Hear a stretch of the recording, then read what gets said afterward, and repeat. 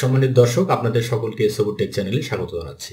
এই ভিডিওতে আমরা দেখব কিভাবে Mozilla Firefox সফটওয়্যারটি ডাউনলোড এবং ইনস্টল করা যায়, এবং সেটা অবশ্যই ফ্রিতে। তো চলুন দেখে নেওয়া যাক। সম্মানিত দর্শক, এর জন্য আমাদেরকে একটি ব্রাউজার ওপেন করতে হবে। সেটি কম্পিউটারে যখন আমরা উইন্ডোজ ইনস্টল করি তখন মাইক্রোসফট এজ নামে একটি ব্রাউজার বাই ডিফল্ট ইনস্টল করা থাকে। তো আমার এখানে গুগল ক্রোম ব্রাউজারটি রয়েছে, সেটি আমি ওপেন করছি।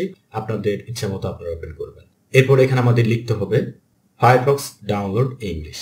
এরপর লেখার পরে আমরা এন্টার চাপ দেব এবং আমরা চলে আসবো এই পেজটিতে। এখানে প্রথমে আমরা দেখতে পাচ্ছি www.mozilla.org। এটি মূলত Mozilla Firefox এর অফিসিয়াল ওয়েবসাইট।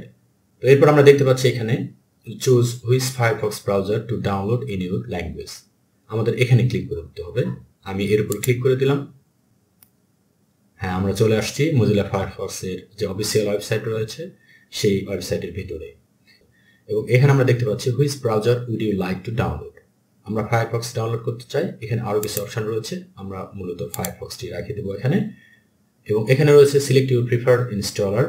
এখানে উইন্ডোজ 64 বিট রয়েছে, এখানে 32 বিট রয়েছে। আমরা চাইলে এখান থেকে 32 অথবা 34 বিট ডাউনলোড করতে পারি। এর আগে আমাদের জানতে হবে আমাদের যে উইন্ডোজ অপারেটিং সিস্টেমে দেওয়া রয়েছে সেটি কত বিটের।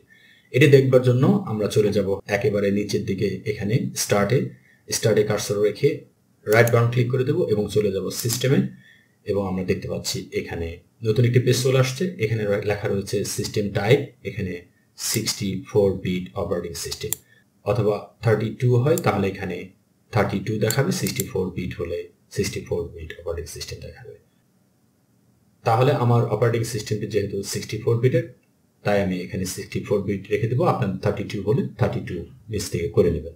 এরপর নিচে এখানে দেখতে পাচ্ছি সিলেক্ট ইউর প্রিফার্ড ল্যাঙ্গুয়েজ।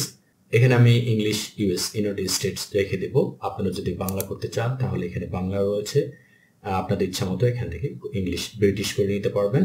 তো আমি এখানে ইংলিশ ইউনাইটেড স্টেটস বা ইউএস রেখে দিলাম। এরপর আমাদেরকে এখানে যে ডাউনলোড নাও দেখা যাচ্ছে এর উপরে ক্লিক করতে হবে। তো আমি ক্লিক করে দিলাম। সম্মানিত দর্শক, আমরা এখানে দেখতে পাচ্ছি এখানে ডাউনলোডের অপশন চলে এসেছে। এটি মূলত আইডিএম অর্থাৎ ইন্টারনেট ডাউনলোড ম্যানেজারের ইন্টারফেস। তো আইডিএম ডাউনলোড ম্যানেজারটি যেহেতু আমার গুগল ক্রোমের সঙ্গে এক্সটেনশন হিসেবে যোগ রয়েছে সেহেতু এটা চলে আসছে। আর আপনাদের যদি না থাকে তাহলে ডাউনলোডটি এখানে দেখাবে। তো এখানে আমি স্টার্ট ডাউনলোড দিব, অর্থাৎ ডাউনলোড স্টার্ট করবার জন্য আমি স্টার্ট ডাউনলোড দিলাম এবং আমার ডাউনলোডটি কমপ্লিট হয়েছে। এবং এরপরে আমি ওপেন ফোল্ডার দিব। আপনারা যদি এখানে ডাউনলোড করেন তাহলে এর উপরে একটি তীরের মতো অপশন থাকবে, এখানে মাউসের লেফট বাটন ক্লিক করবেন এবং তারপরে পেয়ে যাবেন ওপেন ফোল্ডার বা ওপেন ফাইল লোকেশন, ওখানে আপনারা ক্লিক করবেন। আমি ওপেন ফোল্ডার এই অপশানে ক্লিক করব এবং চলে যাব Mozilla Firefox ব্রাউজারটি যেখানে ডাউনলোড হচ্ছে সেই ফোল্ডারের ভিতরে। তো আমি এখানে ওপেন ফোল্ডারে ক্লিক করলাম এবং চলে আসলাম এখানে যেখানে ডাউনলোড হয়েছে। আপনারা দেখতে পাচ্ছেন এখানে একটি exe ফাইল ডাউনলোড হয়েছে। এর উপর আমাদেরকে ডাবল ক্লিক করে দিতে হবে। তো আমি ডাবল ক্লিক করলাম, একটু সময় লাগবে, এটি এক্সট্রাক্টিং হচ্ছে। এটি মূলত কম্পিউটারের স্পিডের উপর নির্ভর করে। তো এরপর এরকম একটা অপশন আসবে, আমরা এটিকে Mozilla Firefoxটিকে ইনস্টল করতে চাই, অতএব আমরা এখানে ইয়েস করে দেব। এরপরে ইনস্টলের মেইন পেজটি চলে আসছে। আমরা এরপরে এখান থেকে নেক্সট করে দেব। এখানে স্ট্যান্ডার্ড থাকবে, কাস্টম যদি থাকে আমরা স্ট্যান্ডার্ড করে দেব এবং এখানে নেক্সট করে দেব। আবারও আমরা নেক্সট করে দেব, অর্থাৎ ইনস্টলে ক্লিক করব এবং একটু সময় নেবে। এটিও মূলত কম্পিউটার স্পিডের উপর নির্ভর করে। আমাদের কাজটি সম্পন্ন হয়েছে এবং এখানে আমরা ফিনিশ করে দেব। এটি ইনস্টল করার পরে এমনিতেই এভাবে ওপেন হয়ে যাবে। এরপর আমরা এটি কেটে দিলাম।